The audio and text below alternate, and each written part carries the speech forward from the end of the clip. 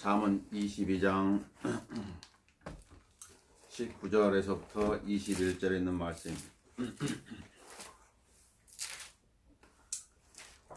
자, 19절에서부터 21절까지 제가 읽어드리겠습니다. 너의 신뢰가 주께 있게 하려고 오늘 내가 너에게 이것을 알게 하였으니 바로 너에게라. 내가 조언과 지식의 훌륭한 것들을 내게 기록하였으니 이는 너로 하여금 진리의 말씀들을 확실함을 알게 하며 너에게 사랑을 보낸 그들에게 진리의 말씀들을 대답하게 하려 함이 아니냐. 이 본 말씀을 가지고 진리의 말씀들의 확실함을 알고 있는가 라는 제목으로 하나님의 말씀을 전하도록 하겠습니다. 성경을 주신 목적에 대해서 성경은 4가지를 언급하고 있습니다. 하나님께 성경을 주신 목적 중에 하나가 교리, 두 번째는 책망, 세 번째 바로잡음과 네 번째 의로 훈육하기에 유익하다. 그래서 하나님께 성경을 주었다고 말씀하고 있죠.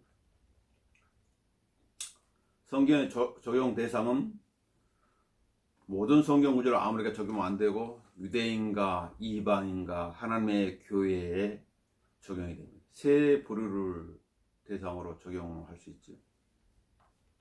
성경은 교리적 적용이 있고 역사적 적용이 있고 영적 적용이 있습니다. 어떻게 성경을 공부해야 할까에 대해서 성경은 이렇게 말합니다. 내가 진리의 말씀을 올바로 나누어 신약과 구약을 나눈 것뿐만 아니라 올바로 나누어 자신이 하나님 앞에 부끄럽지 않는 일꾼으로 인정받도록 하라. 이렇게 말씀하고 있죠. 성경을 올바로 나누지 않으면은 혼란스럽게 되는 것입니다. 바벨이 혼란이라는 뜻이죠. 적용 대상을 첫째 알아야 되고 또 누가 누구에게 하고 있는 말인가를 알아야 돼요. 물론 성경의 모든 말씀은 그때 영적으로 적용할 수 있지만 그러나 영적으로 적용되지 않는 구절들도 있다는 걸 알아야 돼요. 어떤 확신을 가지고 있는 것인가? 그가 가지고 있는 확신은 성경의 지지를 받고 있는 것인가? 이단들도 대단한 확신을 가지고 있죠. 잘못된 믿음을 가진 사람도 확신을 가지고 있는데 과연 그 성경에서 지지를 받는 확신이냐고 말이지. 구원의 확신을 성경을 통하여 얻지 못하면 그의 신앙은 흔들릴 수밖에 없습니다. 끝까지 견뎌서 구원을 받는다. 하나님의 은혜로 구원을 받는다. 두 구절이 상충할 때 그것을 올바로 나누지 못하면은 사람은 엄청 힘들게 되는 것입니다. 영적 분별력은 영적 생명과 직결되는 걸 알아야 됩니다. 성경은 지식과 분별력을 주기 위해서 기록되었지요. 그래서 하나님의 말씀을 들었을 때는 깨달아야 돼요. 깨닫지 못하면은 분별이 안 된다. 분별력이라고 하는 것은 신중함도 포함되어 있는 거죠. 건전한 지혜, 건전한 분별력을 항상 가지고 있어야 돼요. 왜냐하면 그것이 그 자신을 보호할 수 있는 것이기 때문입니다. 또한 분별력이 있어야 지식을 올바로 사용하는 거예요. 분별력이 없으면 성경 구절을 아무한테나 막 적용해가지고 중구난방이 되는 것이죠. 하나님은 질서의 하나님인데 마귀는 어떻게 그 질서를 무너뜨리려고 하는 거예요.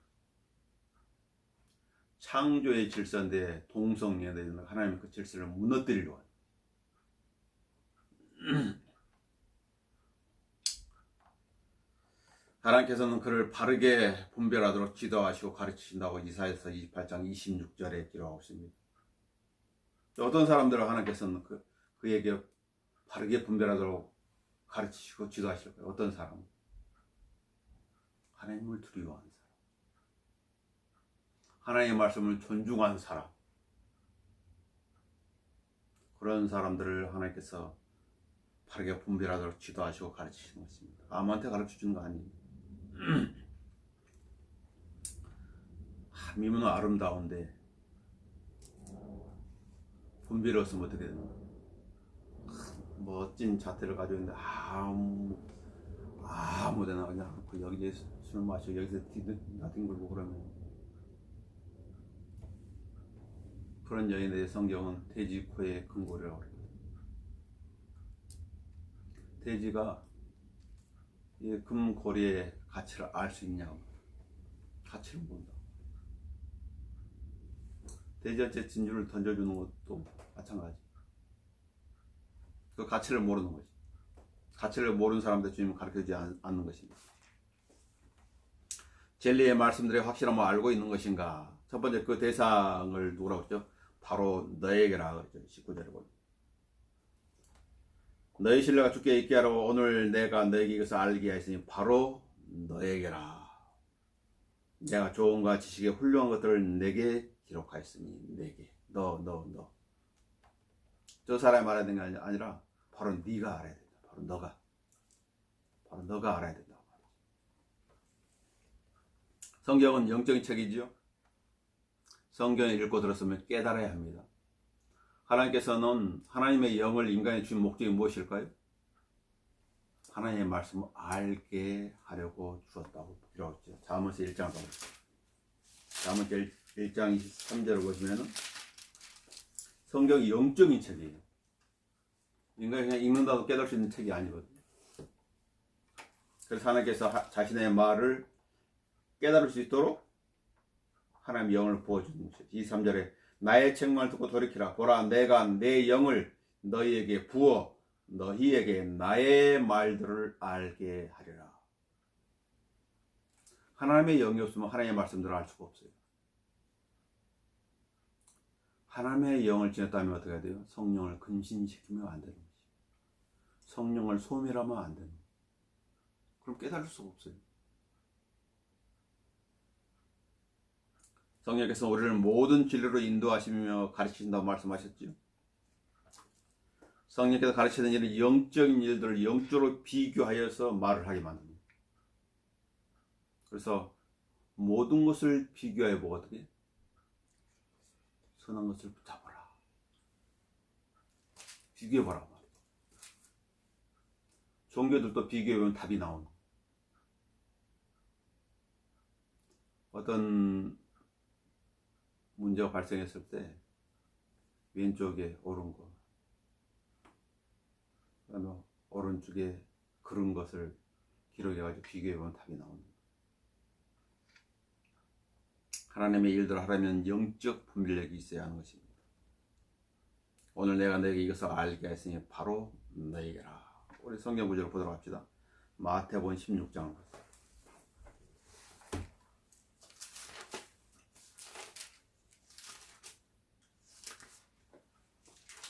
마태복음 16장에는 예수님을 고백하는 사도 베드로의 고백이 나오지요. 자, 예수께서 두 가지를 물어봤어요. 어디서 마태복음 16장 13절에서 카이사라 빌립보 지경에 오셨을 때 제자들은 물어봤다. 뭐라고? 사람들이 인자의 날을 누구라고 말하느냐? 그러니까 제자들이 어떤 사람 침례 요한이라 합니다. 어떤 사람 엘리야라 합니다. 어떤 사람 예레미야라 합니다. 그 선지자들 가운데 한 사람만 말합니다. 주님이 듣고 싶은 대답은 그것이 아니었죠. 그래서 15절에 그러면 너희는 나를 누구라고 말하느냐? 너희는 나를 따라다녔는데 어떻게 나를 알고 따라다녔느냐 그 말이죠. 베드로가 주는 그리스도 살아계신 하나님의 아들이십니다. 이렇게 고백이죠.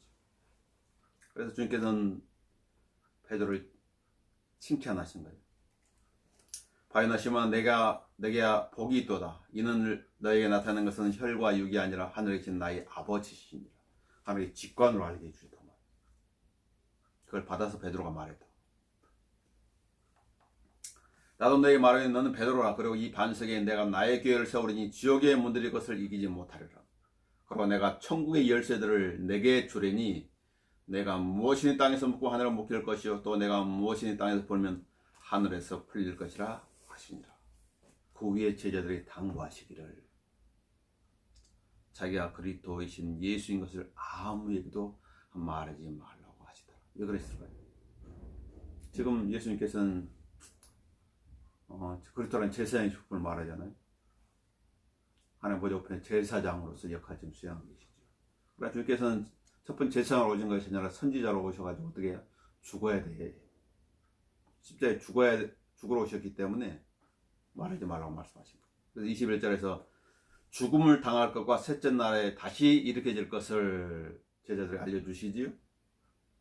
그런데 베드로가 이 사실을 잘 깨닫지 못하면 뭐라고 하는 것이 22절부터 그때 베드로가 주를 붙들고 말리기 시작하면서 말해요. 주여 그럴 수 없나이다.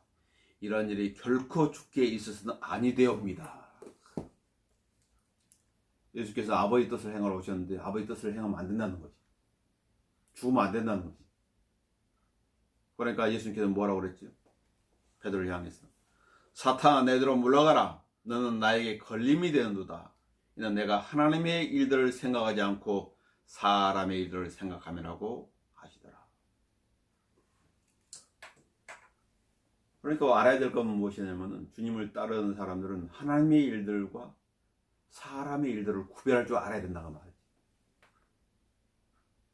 베드로는 이 본문에서 하나님의 일들과 사람의 일들을 구별하지 못함으로 주님께서 책망을 받은 거예요. 자기 생각에 따라 말한 것이죠.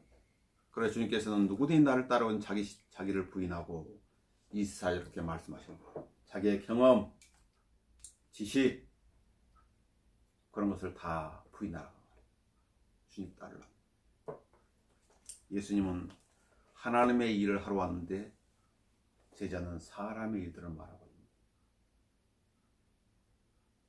사람들은 그러지 하나님의 일을 빙자해가지고 사람의 일을 하는 경우가 있어요. 그것도 성경적이지 않는 거죠. 사람의 일들을 하면서 하나님의 일을 했다고 말해도 안 듣는 거예요. 주님께 이 사실을 가르쳐주는 거예요. 바로 너에게 내가 알려준다. 바로 너에게. 넌 제대로 알고 있으라고 말이지. 오늘 내가 내게서 알게 하였으니 바로 너에게라.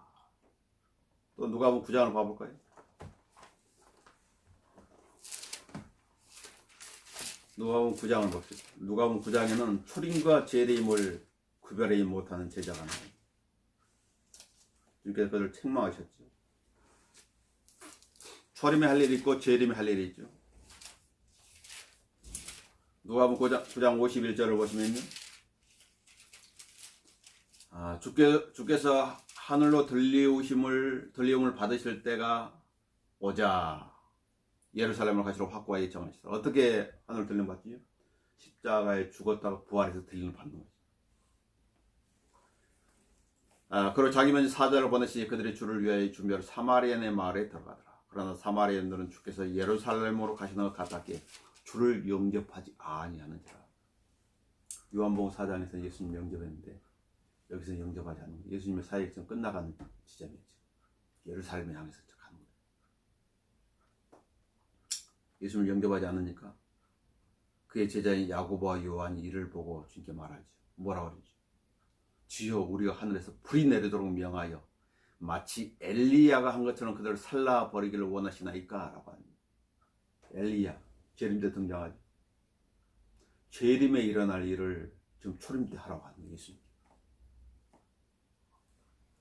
그러니까 예수님께서 그들을 꾸짖으시며 말씀하셨죠. 너희는 너희가 어떤 영을 지은지 알지 못하고 있도다. 인자는 사람들의 생명을 멸하러 온 것이 아니라 구원하려고 왔느니라고 하시고 이ren과 더불어 다른 마을로 가시더라. 야고보와 요한은 초림과 재림을 구분하지 못했어요. 그러면 성경을 혼란스럽게 만든 거예요. 하나님은 질서의 하나님이신데 마귀도 의도적으로 이브한테 접근했죠. 마귀가 이브한테 접근한 목적이 무엇이었을까? 그를 타락시키는 것입니다. 그를 타락시켜서 아담을 간접적으로 또 타락시키는 것이죠. 접근한 목적이 그것이 마귀는 의도적으로 예수님께 접근했죠. 그는 시편 91편 11절 인용하면서 재림 때 행할 일을 초림 때 행하라고 제안을 한 거예요. 그래서 성경을 병기시켜가지고 미혹한 것입니다. 마귀는 대단한 지혜와 지식을 가지고 있어요. 그래서 마태복음 4장에 보면은 내가 하나님의 아들을 뛰어내려 보라 기록되어서 그분께 너를 위해 자기 천사들에게 명하시리니 그들이 손으로 너를 받들어서 어느 때라도 시편 91편 11절은 너의 모든 길에서인데 어느 때라도 너의 발이 돌에 부딪히지 않게 하시라고 하였느니라. 어느 때라도. 그러니까 초림 재림 가리지 말고 그냥 재림 때 일어나는 일을 초림 때 해도 돼요. 어느 때라도 해도 된다고 말이에요. 그렇게 되면 이제 문제가 심각해지죠. 마귀의 강교한 미혹이 숨어 있는 거죠. 그러나 시편 91편 13절에는 자기를 심판하는 구절을 인용하지 않는 거죠. 내가 사자와 독사를 밟으며 젊은 사자와 영도 발로 짓밟으리로다. 이 구절을 인용하냐. 재림 때 일어나는 일인데. 강교한 것입니다. 마귀가 인간을 타락시킬 때 성경을 어떤 이용하되 이걸 변개시켜가지고 인용해서 타락시키는 거예요. 마귀는 멍청하지 않아요. 마귀는 하나님 다음가는 능력자예요. 성경을 알고 있는 존재예요.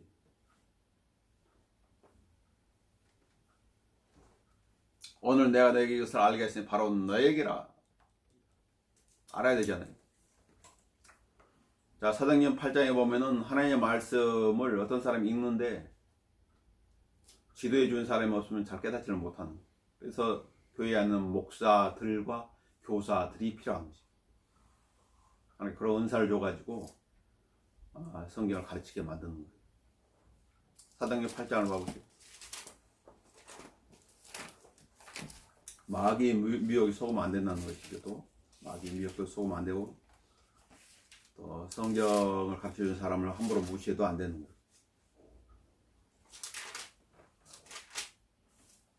사도행전 8장 26절을 보시면 주의 천사가 빌립에게 말하지요. 그런데 29절에서는 성령께 빌립에게 말씀하시는 게 기록하고 있습니다. 주 천사 빌립에게 말하기 뭐라 일어나 남쪽을 향해 예루살렘에서 가제 이르는 길까지 가라. 거기는 사막이라 하니 그가 일어나 떠나더라. 에티오피아 사람 한 4시가 예루살렘의 경배들을 왔다가 돌아가고 있죠. 돌아가는 길에 그 마차에서 이사야서를 읽고 있었어요. 그때 성령께 빌립에게 말씀하시기를 가까이 가서 그 이 마차에 타라 하시면 그 선지자 이사야 글을 읽고 있으니까 빌립이 말을 거는 것이죠. 당신이 읽고 있는 걸 이해하느냐? 그러니까 31절 나를 지도한 이가 아무도 없으니 어찌 깨달을 수 있으리요. 빌립을 청해서 마차에 올라타는 거예요. 함께 앉았죠. 그가 읽고 있는 구절은 이사야서 53장이었는데 그 성경 구절을 기록하고 있죠. 32절 그는 도살당할 양처럼 끌려가고 또 털깡잡에 잠잠한 어린 양같이 그 입을 열지 아니하더라. 그가 권력 중에 부당한 재판을 받았으니 누가 그의 세대를 선포하리요. 이는 그의 생명이 이 땅에서 끊어졌음이로다 이었더라. 그 내시는 이 길이 궁금한 거예요. 그래서 빌립한테 물어보지요. 당신께 부탁하는 선지자 이 말은 누구에 관한 것이니? 자신이요? 아니면 다른 사람이요? 이사야 자신한테 한 말이냐? 아니면 다른 사람한테 한 말이냐? 그 말을 듣고 빌립이 입을 열어가지고 이사야에서 그 성경을 시작해가지고 그에게 예수 그리스도를 전했다. 성경을 알지 못하면 어떻게 전할 수 있겠어요? 그 말을 듣고 나자 4시가 말하지요. 침례를 받기를 원하는 거지. 침례를 받는 게 문제가 아니라 믿어야 된다고 말이에요. 그래서 모든 병례된 성경들에 삭제되는 개역 성경에 삭제되어 있는 8장 37절에 나온 그 4시의 고백이 기록되죠. 이 고백을 다 빼버리는 병례된 성경들. 빌립이 말하기를 만일 당신이 마음을 다해 믿으면 합당하냐라고 하니까 그 4시가 어떻게 고백하죠? 나는 예수 그리스도가 하나님의 아들이신 것을 믿나이다 라고 하더라. 그래서 사람들이 이제 구원을 받을 때 뭘 고백해? 주 예수를 믿습니다. 주가 대문자로 써 있죠. 하나님이란 말이죠. 인간 예수가 아니라. 누가복음에서도 그 십자가에 예수님 좌우로 두 강도가 못 박혔는데 한 강도가 뭐라고 했어요? 주여. 주라는 그 하나님이라는 뜻이거든. 변개된 성경에 예수여 이렇게 써요. 그 다른 거예요. 난 예수다 하나님의 아들이니까 믿나이다 라고 하더라고. 서기관도 그랬지요. 내가 하나님의 아들을 믿느냐 그러니까 예, 내가 믿고자 합니다. 하나님의 아들, 하나님이신 분입니다. 구원은 하나님께부터 오는 것이죠. 그래서 이 내시가 구원받는 기록이 나와 있는 거죠. 그러고 나서 침례를 받고 서로 헤어졌지. 하나님의 말씀을 알지 못했다면 어떻게 빌립을 전할 수 있었을까? 내가 조언과 지식의 훌륭한 것들을 내게 기록하였으니 바로 너에게라. 성경을 읽어야 알 수 있겠지. 성경을 배웠어야 가르칠 수 있겠지.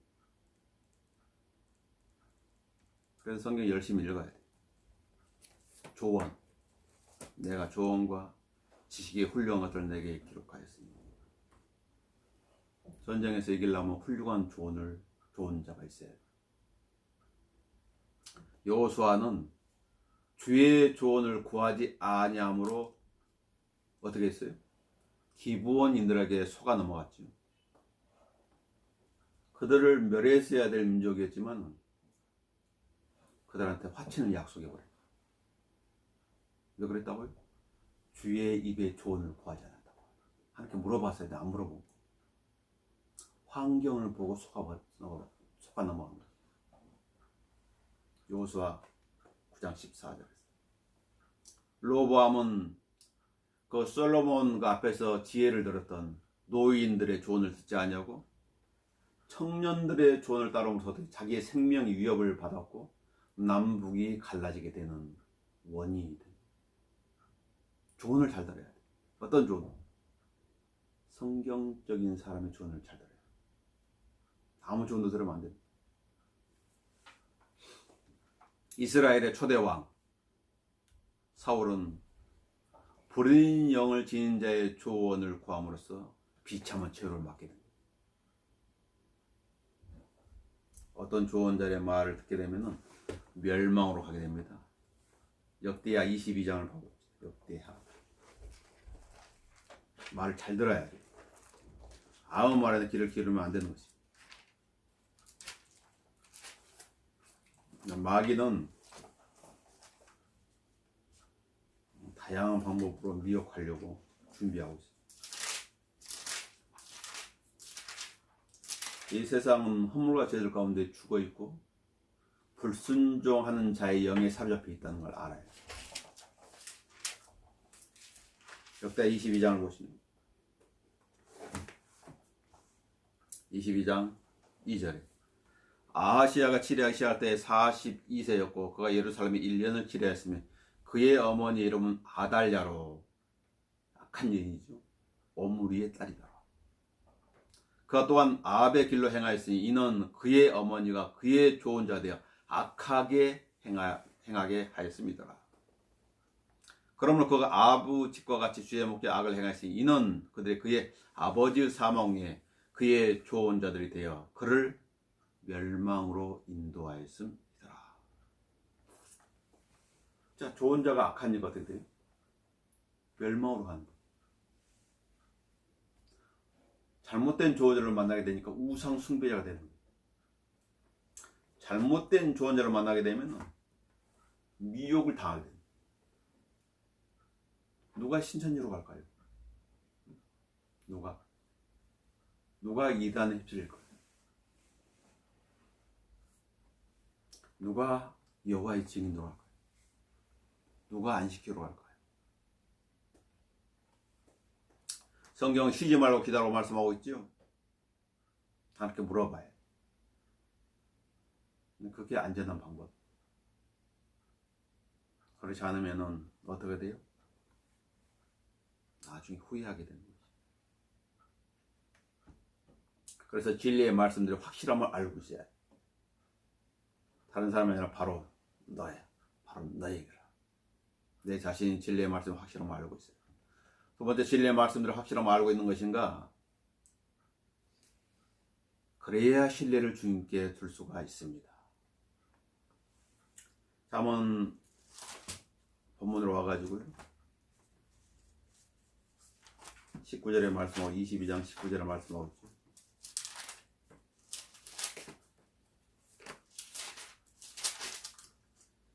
(22장 19절에) 너의 신뢰가 주께 있게 하려고 오늘 내가 너에게 이것을 알게 하였으니 바로 너에게라. 너의 신뢰가 주께 있게 하려고. 이 말은 무엇을 말이냐? 사람들이 주님께 신뢰를 두지 않고 있다는 것이지. 잘못된 것에 신뢰를 두고 있다는 것이지. 이 말을 역으로 하면, 하나님께서는 우리가 주님을 신뢰할 수 있도록 이것을 알게 해주시는 거예요. 주님을 신뢰하라. 주님을 신뢰하라. 지금의 교회 시대는 라오디케아인들의 교회 시대이죠. 즉 인본주의가 판치는 교회 시대. 그럼 그들은 어디에 신뢰를 두고 있어요? 인본주의에 신뢰를 두고 있는, 신본주의가 아니라 인본주의에 신뢰를 두고 있는 교회 시대. 이 시대의 특징은 세 가지가 있는데, 자기를 사랑하는 것, 두 번째 돈을 사랑하는 것, 세 번째 쾌락을 사랑하는 것. 여기 디모데서 3장 1절에서부터 5절의 말씀이 나와 있어요. 경건의 모양들 다 갖춰 있는데 경건의 능력이 없는 거예요. 이 라오디게아 교회의 시대의 특징. 사람을 신뢰하지 않는 그림자를 신뢰하는 것 같아요. 내가 그 사람 신뢰했는데 그 사람 죽어버리면 어떻게 되는 거야? 죽어버리면. 또 어떤 사람이 멋진 계획을 가지고 있는데 그 사람이 죽어버리면 그 계획은, 그 죽으면 다 끝장나는 거예요.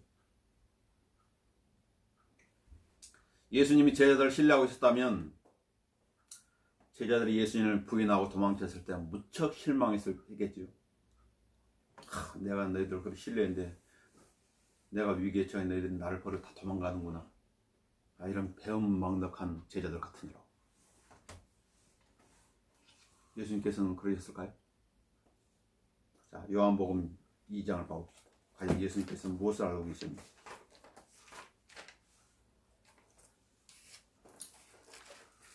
언제나 성경으로 확인하는 것이 제일 안전한 방법입니다. 이 세상에 유일한 책이 한 권 있는 건 성경밖에 없는 거예요. 이 성경은 이 지구상에서 나온 책이 아니에요. 외부에서 온 거예요. 자, 먼 셋째 하늘에서 온 책이에요. 하나의 편지라고 그러죠. 자, 24절을 보시면 2장 24절. 2장 24절. 그러나 예수께서는 그들에게 자신을 맡기지 아니하시니 이는 주께서 모든 사람을 아시기 때문이라. 모든 사람을 아신다. 또 사람 속에 무엇이 들어있는지를 아심으로 사람의 마음은 하루에도 여러 번 왔다 갔다 하잖아. 누가 사람에 관해 증거하는 것도 필요로 하지 아니하시다. 주님, 저 사람이 이런 사람이, 이 사람이 이런 사람, 저 사람 진실한 사람인데, 이 사람 믿음 없는 사람인데. 주님은 아신다고 얘기 안 해도 누가 신실한지, 누가 하나님을 믿는지, 누가 하나님을 신뢰하는지, 누가 하나님의 말씀을 존중하는지 알고 있단 말이에요.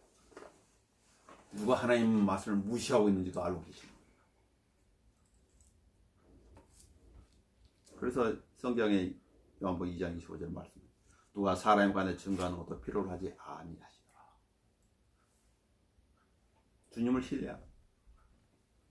마음은 마음으로보다 거짓도 심히 약해 누가 그것을 알 수 있으리요. 하나님께서 알려주지 않았다면 인간의 마음이 마음으로보다 악하다는 걸 누가 알 수 있을까? 난 내 마음을 믿습니다. 난 내 마음이 깨끗합니다. 정결케 되었습니다.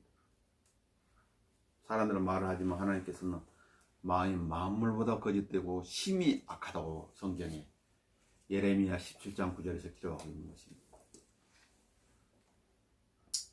또 욥도 말하지.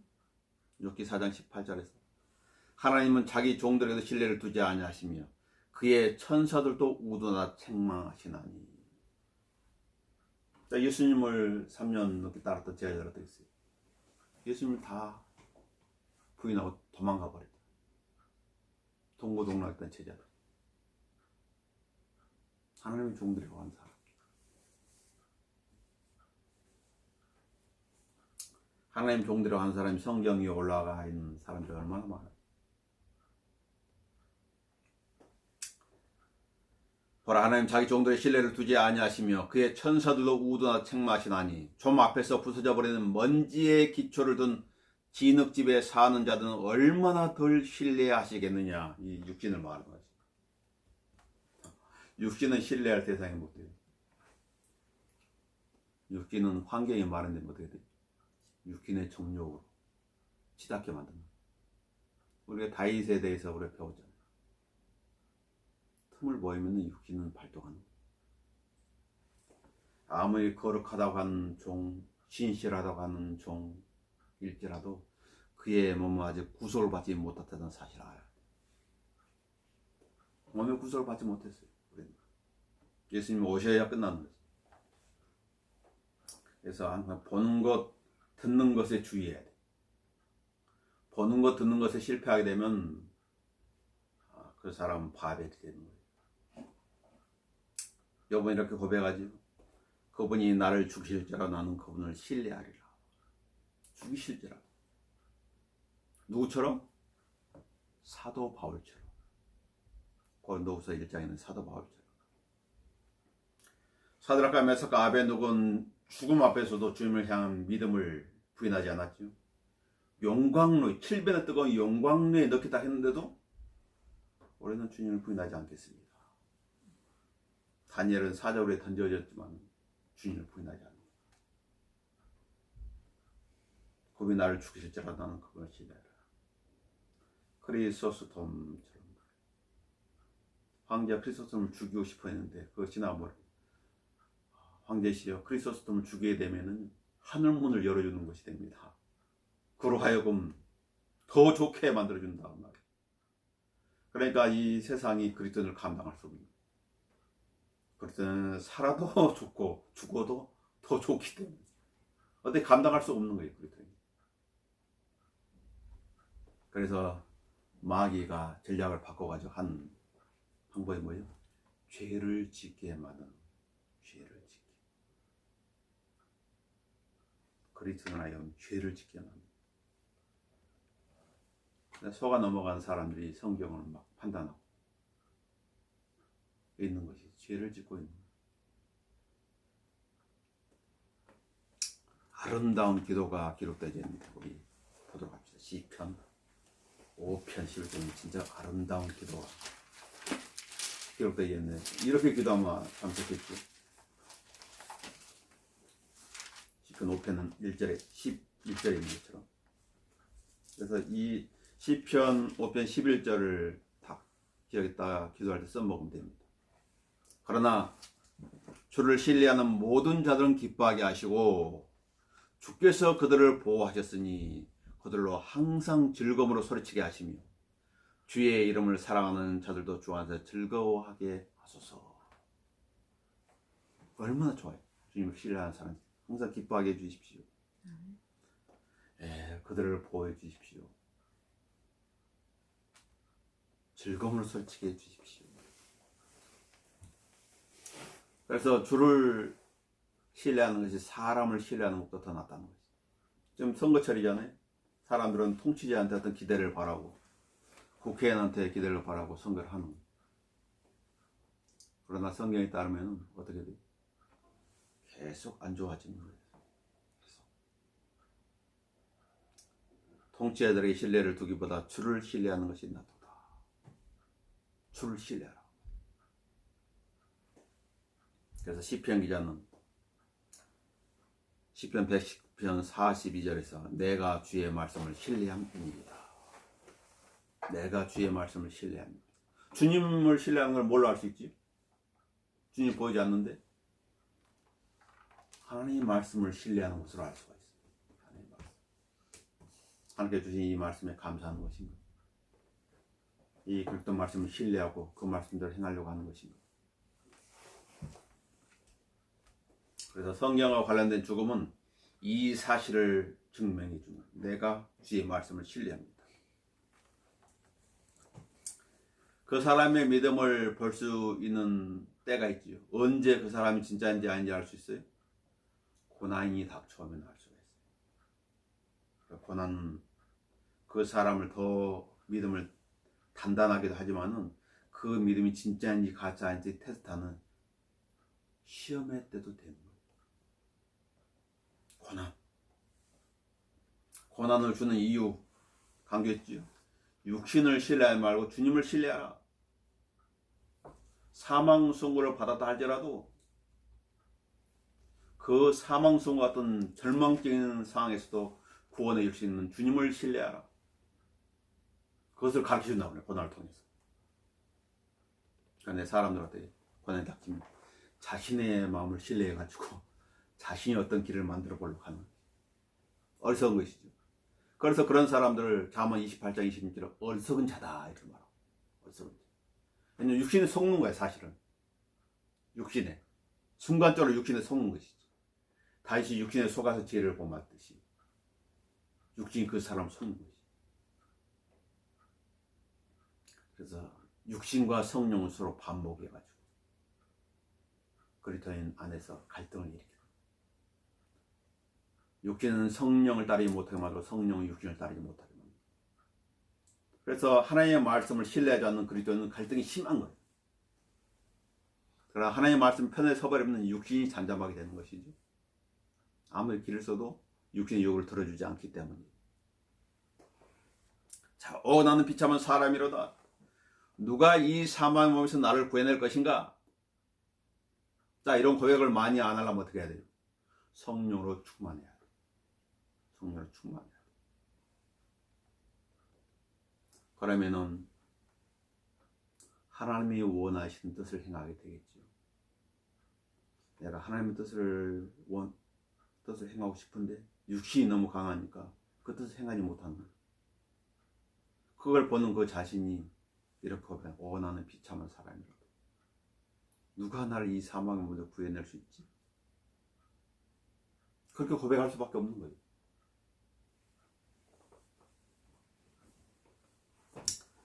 이 세상에는 색인 형상을 신뢰하는 사람이 있죠. 헛것을 신뢰하는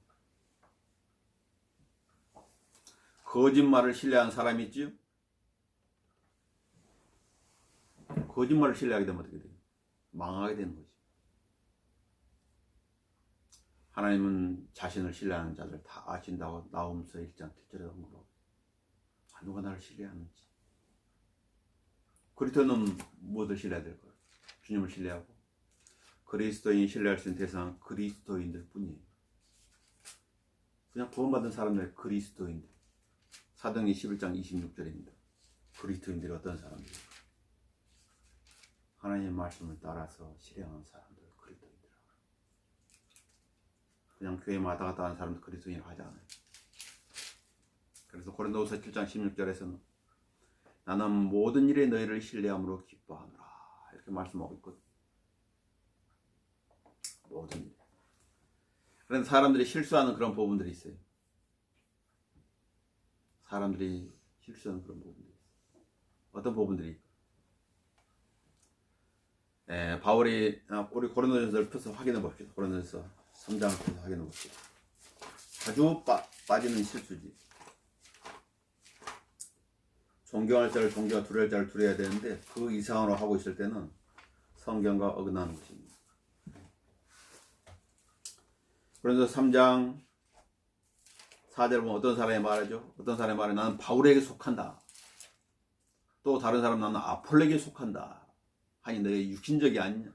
그러면 바울은 누구며 또 아폴로는 누구냐? 주께서 모든 사람의 주인대로 그들에 의하여 너희가 믿게 된 일꾼들이 아니냐? 일꾼들이요. 하나님의 일꾼들. 하나님의 일꾼들을 하나님보다 더 높이면 안 된다고 말이에요. 그래서 22절에 보십시다. 22절. 3장 22절에 바울이나 아폴로나 게바는 베드로로 말하죠. 세상이나 생명이나 사망이나 현재의 것들이나 장래의 것들이나 모든 것이 너희 것이요 너희는 그리스도의 것이요 그리스도는 하나님의 것이로다. 언제나 하나님을 높이라고 합니다. 사람을 높이는 것이 아니라 그래서 고린도서 7장 23절에 너희는 값을 치르고 산 것이니 사람들의 종이 되지 말라 이렇게 말씀하고 있죠. 주를 신뢰하는 사람은 성경의 가르침을 따르는 사람입니다. 하나님의 일꾼인 사역자들에 대한 성경적 자세는 하나님의 말씀을 들려주는 그 사람들을 기억해서 그들의 행실의 결과를 잘 관찰해가지고 그게 성경적이다 그러면 그들의 믿음을 따르라는 거죠. 그러나 성경적이 아니다 그러면 따르면 안 된다.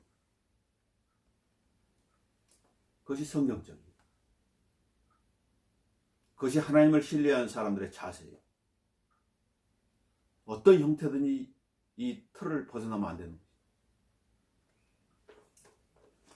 진리의 말씀들을 확실함을 알고 있는 것인가? 세 번째는 확실함을 알아야 대답할 수가 있습니다. 그래서 성경은 이렇게 말하지. 이는 너로 하여금 진리의 말씀을 확실함을 알게 하며 21절에 너에게 사람을 보낸 그들에게 진리의 말씀들을 대답하게 하려 함이 아니냐 이렇게 말하지요. 하나님께서는 사울이 그리스도인들을 박해할 때 그리스도인들을 박해하러 다메섹으로 가는 중에 다메섹 도상에서 빛으로 나타나신 예수님을 만났지. 그래서 그는 눈이 멀었어요. 눈이 멀어가지고 사람들에 의해서 한 성으로 들어갔죠. 들어가서 하나님께서는 아나니아를 바울에게 보낸 거예요. 그리고 아나니아의 입을 통해 이렇게 말씀을 하시는 것이죠. 9장 17절에 아나니아의 길을 따라서 그 집에 들어가 그에게 안수하며 말했거든. 형제 사울아. 대적이었는데 그리스도를 박해한 사람인데 형제가 됩니다. 그 3일사에 어떤 변화가 있었던 것이죠. 형제 사울아, 주 곧 내가 오던 길에 내게 나타나시는 예수께서 나를 보내셨으니 이는 너로 보게 하시며 성령으로 충만케 하려 하심이라고 하시니 즉시 그의 눈에서 비늘 같은 것이 떨어지면서 곧 보게 되니라. 그가 일어나서 침례를 받더라. 만약 아나니아가 진리의 말씀대로 확실함을 알지 못했던 바울을 만났을 때 이렇게 말할 수 있었을까요? 엉뚱한 얘기를 했대요. 코넬료에게 번뇌를 받은 베드로가 나오지요. 사도행 10장 보십니다. 사도행 10장을 봐보세요. 코넬료에게 번뇌를 받은 베드로가 나옵니다. 베드로가 그 코넬료한테 무엇이라고 말하죠? 34절에 10장 34절에서 그때 베드로가 입을 열어 말하기를 참으로 내가 깨달은 것은 하나님께서 사람을 외모로 취하지 않으시고 어느 민족에서 자기를 두려워하고 의를 행하는 사람 받아주신다는 것이라. 하나님께 이스라엘 자손에게 보내신 말씀은 예수 그리스도 또한 화평을 전하는 것이라. 그는 모든 것에 주시라. 내가 말하노니 라면서 예수님에 대해서는 자세히 더 얘기합니다. 진리의 말씀들의 확실함을 알지 못했다면 베드로가 이렇게 코넬료한테 예수 그리스도를 자세히 전할 수 있었을까요? 마케도니아로 보내지는 사도 바울의 선교에 사도행 16장 보도록 하겠습니다.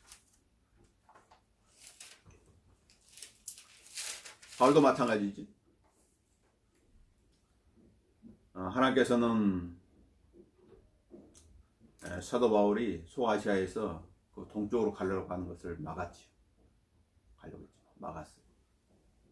그러니까 나중에 그쪽 지역은 이제 베드로가 하게 됐죠. 사도 바울이 갈 곳은 그것이 아니었다고 유럽으로 가야 됐다고 16장 10절에 그가 그 환상을 본 뒤에 우리는 즉시 마케도니아 떠나러 가였으니 이는 주께서 그들에게 복음을 전하게 하시고자 우리를 부르셨다고 확신하였음이더라. 만약에 바울이 마케도니아 갔어요. 빌립보 지역에서 이제 억울한 일을 당했죠. 그래 감옥에 갇혔어요. 하나님의 뜻은 우리가 알 수 없잖아요. 하나님 뜻대로 갔는데 거기 기다리고 있는 건 고난이었다. 박해였고 감옥이 기다렸고.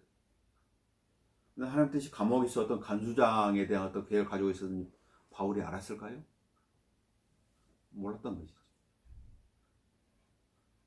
근데 거기에서 간수장이 구원받는 역사가 나왔던 거죠. 하나님의 말씀을 알고 있는 사람들은 하나님 보내면 그냥 가는 거죠. 그래서 고난이 있을지라도 이 고난 뒤에 어떤 것이 기다리기 있겠지, 그런 기대감이 있는 거예요. 자, 그래가지고 그 바울과 신라가 어떻게 했습니까? 25절에 보니까 한밤중에 바울과 신라가 기도하고 하나님께 찬송을 부르 제수들이 듣더라. 고난을 받고 있는데, 감옥에 갇혔는데 기도하면서 하나님 찬송했다. 그때 갑자기 큰 죄이 일어나니 감옥의 기반이 흔들리고 모든 문들이 즉시 열리며 각 사람이 처했던 사슬이 풀어지니라. 간수가 잠에서 깨어나 감옥의 문들이 열린 것을 보고 죄수들이 도망한 줄 짐작하고 칼을 뽑아 자살하려고 하자 바울이 큰 소리로 외쳐 말하기를 내 몸을 해치지 말라, 우리가 다 여기 있노라 하니 그가 등불을 요청한 후 달려들어와 떨며 바울과 신라 앞에 엎드리더라.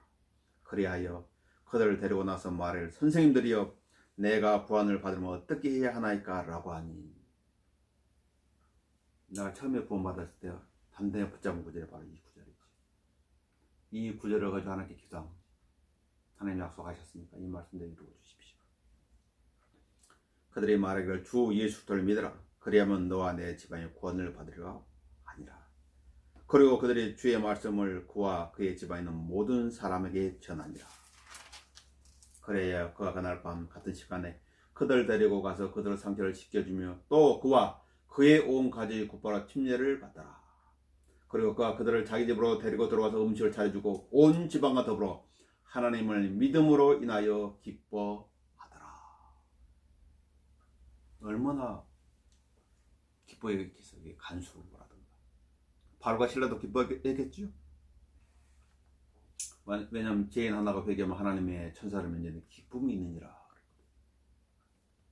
진리의 말씀들을 확실하면 알아야 대답해 줄 수 있겠지. 하나님 보냈어. 근데 보냈는데 엉뚱한 말을 하고 있으면 어떻게 해요?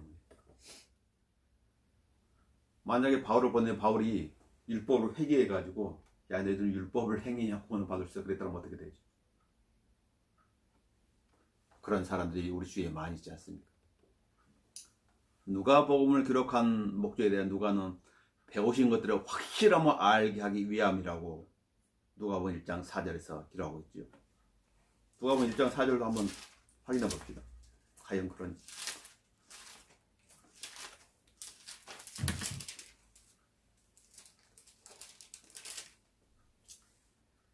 자, 3절에 시초부터 모든 일을 정확하게 알고 있는 나도 데오빌로 가까이 정연하게 써보는 게 좋을 것 같았노라. 이는 각각가 배우신 것들이 확실함을 알게 하려 함이라 이렇게 기록하죠. 배운 것이 확실함을 알게 해주기 위해서 누가복음을 기록하는 거예요. 성경이 바로 그런 책이에요. 네가 믿는 그 사실은 확실한 것이야. 하나님이 보증해 주는 것이야. 하나님의 말씀은 성경에 이렇게 기록해 놨잖아. 그것이거든. 베레아 사람들은 이 사실을 성경을 잘 확인했지요. 사도가 어떤 가르침을 주었을 때 그들은 그 가르침을 성경으로 확인했어요. 속지 않는 좋은 방법이에요. 누가 어떤 비성경적인 교리를 말한다면 물어볼 수 있는 거예요. 그 교리가 성경 어디에 나와 있는 것이죠. 그래서 우리가 배우는 것에 대한 확신을 얻을 수 있는 것은 성경밖에 없는 것입니다. 그래서 성경은 이렇게 말씀하시죠. 너는 내가 배운 것과 확신한 것에 꾸준히 가라. 내가 누구에서 배우는 것을 알며. 그 확신한 것을 흔들리면 안 된다고 말이죠. 그래야 내가 진리의 말씀을 확실함을 알고 있어야 하나님께 누군가를 보내줬다 그러면 진리의 말씀 확실함을 또 알려줄 수가 있는 거죠. 성경을 알아야 되는 목적이 거기에 있는 것이지. 자, 결론적으로 성경 두 구절을 찾아서 읽고 마치도록 하겠습니다. 고린도전서 4장 보도록 하죠.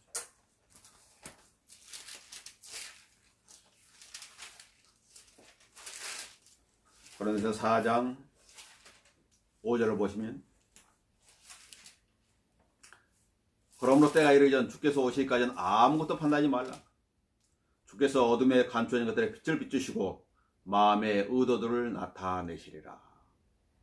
그때서야 하나님께로부터 각 사람이 칭찬을 받으리라.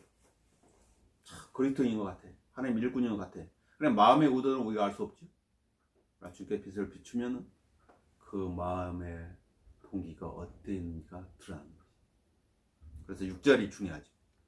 형제들아, 내가 너희를 위하여 나 자신과 아폴로 이런 사례 적용시키니 이는 너희가 기록된 것 이상으로, 성경에 기록된 것 이상으로 사람들에 대하여 생각지 아니하면 우리에게 배워. 하나님께서 기록한 그 이상으로 그 사람을 칭찬하지 말라고 말해요. 그 이상을 넘어서서 그 사람을 따르지 말라고 말해요. 맹종은 위험한 거지. 하나님은 하나님 자신을 믿을 때도 확인해보고 믿으라고 그러지 무조건 믿으라고 말씀하지 않아요. 성경을 잘 확인해봐야 돼. 기록된 것 이상으로 사람들에 대해 생각지 아니하면 오래 배워 아무도 한 편을 들고 다른 편을 반대하면서 교만하게 되는 일이 없게 하려 함이라. 이런 일이 많이 벌어져. 우리는 이쪽 편, 아닌 너희 우리는 이쪽 편. 성경의 권면을 지금 무시하고 있는 거예요. 너무. 그 두 번째 볼 구절 베드로후서 1장 19절입니다.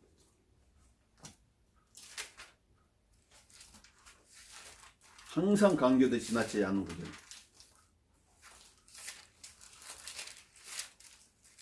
베드로후서 1장 19절. 우리에게 더욱 확실한 예언의 말씀이 있으니 하늘의 음성도 듣고 지금도 직접 보았지만은 그러나 그런 사람이 얘기 주는 거지. 우리에게 더욱 확실한 예언의 말씀이 날이 새어 샛별이 너희 마음에 떠오르기까지 너희가 어두운 것에 빛나는 빛에 주의하듯 이 예언의 말씀에 주의하는 것이 잘하는 것입니다. 어떤 사람이 성령의 음성 들었다? 그 맹신하면 안 돼.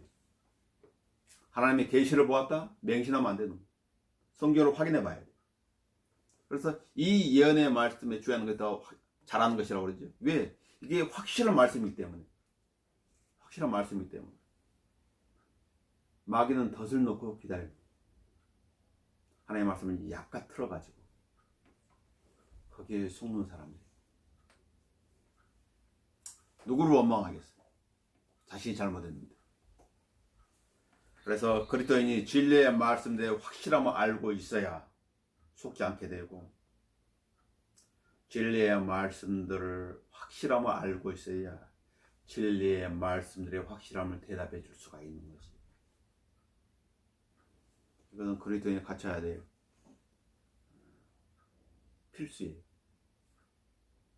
안 그러면 무엇이 옳은지 무엇이 그런지 알지 못하다가 시간을 낭비하게 되는 것입니다. 그래서 진리의 말씀의 확실함을 왜 알아야 되는지에 대해서 오늘 말씀을 드렸습니다. 기도하고 마치도록 하겠습니다.